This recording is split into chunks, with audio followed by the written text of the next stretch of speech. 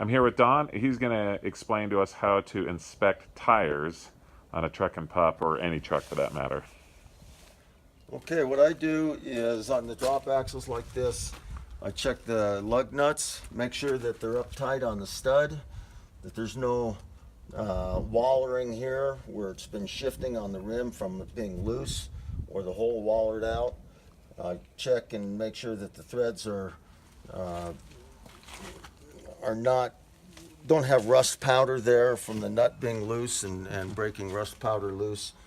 I don't have a hammer with me, but I'll check with my knuckles, a hard sole shoe.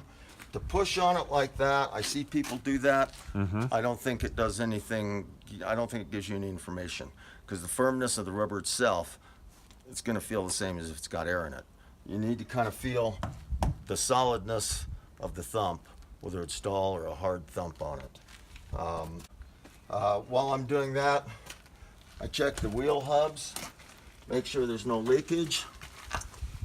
I stick my head in here and check the backside, make sure that there's no axle leaks on the inside. The linkage here for the drop axle, I make sure that there's that everything's intact, that this linkage here, bolts aren't loose. Bolts aren't loose on the cross members, no cracks in the metal, or any signs that it might break. On the duals like this, you thump your tires, again, because one tire can hold the other one up, so you're not going to see if it's flat. You got the axle cap here. You want to make sure there's no leakage on that. This has had some in the past. Make sure all your nuts are tight on that. Your lug nuts are all on there. Check for cracks in the rim. Look for that. I stick my head in, make sure that there's no rocks between the duals. I come to the back side, check there, make sure the axle seals are good, the shocks are all intact.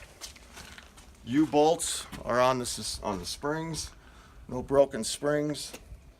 And For tire wear, do you check on anything? yeah, make sure the tread's good. You want to make sure there's no bolts or screws in it, no bulging on your tread to show that there's a ply separating.